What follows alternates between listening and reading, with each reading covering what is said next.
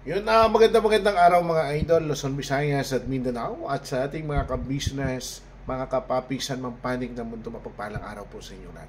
Ako po muli sa taong gala. Sa araw na ito mga idol ay magbibigay lang ako ng isang panibagong reaksyon. Pero bago po ang lahat mga idol, pinapaabot natin sa pamilya ni Anime ang ating taus-pusong pakikiramay sa kanyang hindi inaasahang pagpanaw. Alam niyo po mga idol na walan ng isang magaling na reaktor ang ka-business. Alam po natin kung paano nakikipaglaban, kung paano nagbibigay ng payo at kung paano ibinibigay ni Anime ang kanyang mga pananaw patungkol po sa ilang mga isyu na nakapaloob sa ka-business. Magpaganon pa man, paunin natin ang mga magagandang payo na kanyang iniwan sa atin at sana po mga idol ay patuloy natin ipagdasal ang kanyang kaluluwa. Bueno, reaksyon tayo mga idol. Sa araw na ito, ibigyan natin ng reaksyon. Ito pong pagbisita ni Bong doon po sa Tila Kayla. Po kasama si Papa Dins. Una po sa lahat, liwanagin natin dahil may nagko-comment na sana wag na daw balikan si Kayla. Una po, gusto nating liwanagin na ang pagpunta po doon ay upang kumustahin ni Bong si Kayla, alamin ang kanyang kalagayan. At nang pong ando na po mga idol, nakita natin. Ako man po ay sobrang nalungkot. Grabe po ang aking lungkot sapagkat nakita natin sobrang kakaiba na po si Kayla. Talagang napakapayat na niya. Wala na po yung kanyang ganda. Napakaitim. At yung kanyang buhok mga idol, di po ba? Sobrang hindi ko may ipaiwaliwanag kung ano po ang nangyayari. Yung po ba ay kanyang ginugupit o ano po ba ang nangyayari. Marahil ay epekto ito, sabi nga ng kanyang nanay, dahil nga si Kayla ay dumarating sa punto na minsan hindi na natin nauunawaan ang kanyang mga kilos. Magpaganon pa man, isa sa magandang hangarin itong isinagawa ni Kuya Bong, ang alamin ang kalagayan ni Kayla. Pati naman natin mga idol na nung pong mga nagdaan ng mga buwan sa ilalim ng ka-business ay nagkaroon din sila ng ugnayan. Mayroon nga po silang teleserye at nakita natin ang kasiyahan ng dalawa. Pero nung pong nahinto na po ito ay dito po nag-umpisa yung lungkot ni Kayla. Hindi na po siya nagpupunta sa kila ka-business.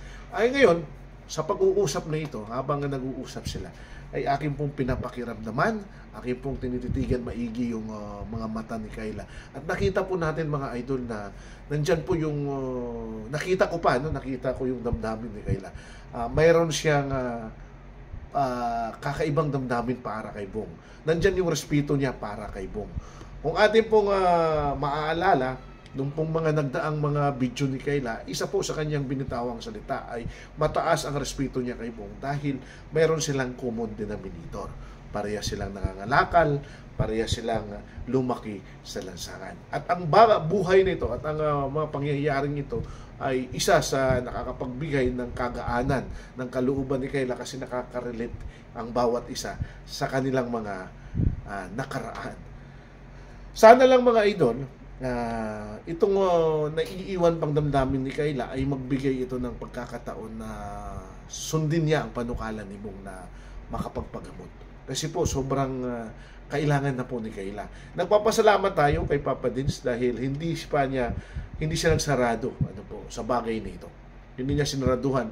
Tulad niya ng sinabi, parang kumbaga nagpahinga lang muna siya. Huminto lang muna siya dahil nga ayaw naman ni Kayla. Pero andyan pa rin yung kanyang hangarin na tulungan. So ito po yung aabangan natin mga idol kung ano po ang mangyayari. Kasi hindi pa rin po naman sumama si Kayla nung pumunta sila. Pero sabi niya, sa pagbabalik nyo ay sasama ako. Malaking tulong ito para kay Kayla.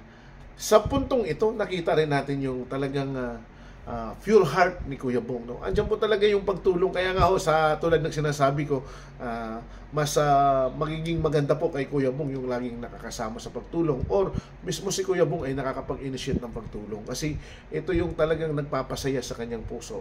At ito ang nakatatak lagi sa isang Kuya Bong. So, pakaabangan natin kung ano ang mangyayari. Bagamat mayroon hanging question kasi 'di ba sinabi naman ni Papa Dins na after siya kung masakaling mga gamot anong mangyayari, mayroon sinasabi sa muna. Siyempre tutulungan natin siya, Meron ngang naalala ko, di ba, sinabi ni Bong, kung gusto mo, mamamasyal ulit tayo. So, magaling din na kumbaga ano si Bong magaling mag-analisa. Pero nakikita natin na medyo limitado yung kanilang pag-uusap. Una, limitado yung oras. Pero siguro kung magbibigyan ito ng pagkakataon na silang dalawa lang, mahaba yung oras na pag-uusapan, ay baka po mailabas nila ng maayos ang kanilang mga nararamdaman. Ano po? At kumbaga, mailabas kung ano po yung talagang nasa kalooban ni Kayla. Isa lang po ang punto na gusto natin abangan, na parang kaabang-abang dito mga idol, ay kung sasama nga ba si Kayla doon sa pinangako niyang araw na kung saan ay magpapagamot sila. At ito po yung abangan natin, dahil kung mangyayari ito mga idol, talagang tunay na si Kuya Bong ay magbibigay daan para sa pagbabago ni Kayla. Marami po ang ano dito, no, naka-comic-critics, marami po yung kumukontra kasi sabi nga si Bong ay hindi pwede sa ganyan dahil yung kanilang mga sitwasyon, no. Pero una, gusto natin liwanagin na ang hangarin lang naman dito ni Kuya Bong ay tulungan si Kayla. Tulungan si Kayla sapagkat kailangan niya ng tulong. At ang tanging makakatulong lamang kay Kayla ay kung mayroon taong lalapit sa kanya na nire-respeto niya, iginagalang ni Kayla at mataas ang kanyang pagtingin. At tunay na si Kuya Bong lang ang taong yan, dahil andyan yan sa puso ni Kayla. Nakapaloob pa rin yan. Ang pinakamaganda lang dito, pinatunayan ni Kuya Bong na talagang andyan yung kanyang pagtulong, no? At siyempre, sila Papa Dins, nandyan pa rin naman para sumuporta, si Mrs. Kabisnes, at siyempre, si Mr. Kabisnes. Ito po yung mga magagandang indicator na hindi pa rin naman binibitawan si Kayla. So ito po yung aabangan natin, pakakatututukan natin mga idol, ano po yung mga kasunod na pangyayari.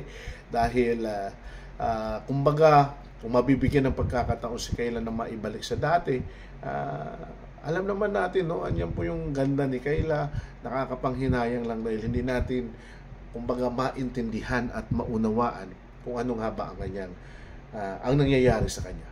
Bagamat para sa akin, isa pong napakalalim na depresyon. Isa pong malalim na depresyon ang nagdulot kung bakit nagkaganito siya. Pero kung sino ang nakapagbigay, anong pangyayari at anong kumbaga karanasan yung nangyari sa kanya at nauwi siya sa ganoon, ay tanging si Kayla lang ang makakapagkwento. So sa susunod, aabangan natin yung kwento ni Kayla mga idol, kung sakaling makakasama siya kay Kuya Bong para sa pagpapagamot. And congratulations Kuya Bong, sobrang nakakatabad ng puso ang iyong hakbangin at hadikain na mapaayos at mapagamot si Kayla. Ganon din po kay Papa Dil sa kanyang pagbubukas ng kanyang pintuan sa pagtulong para kay Kayla. Kayo mga idol, ano po ang inyo pong komento? Ano po ang inyong masasabi sa bagay nito? Comment down below mga idol. Aabangan ko po yan. At syempre, bago po tayo magtapos, ako po si Taong Gala. Please do connect and follow Papa Dins TV. Ganun din po si Mr. Kabisnes, Mrs. Kabisnes, and of course, Kabisnes Family. Si Kuya Bong po, suportahan natin at lahat ng mga kagwang at ang lahat ng mga reactors. Hanggang sa susunod na video mga idol, mapagpalang araw sa ating lahat.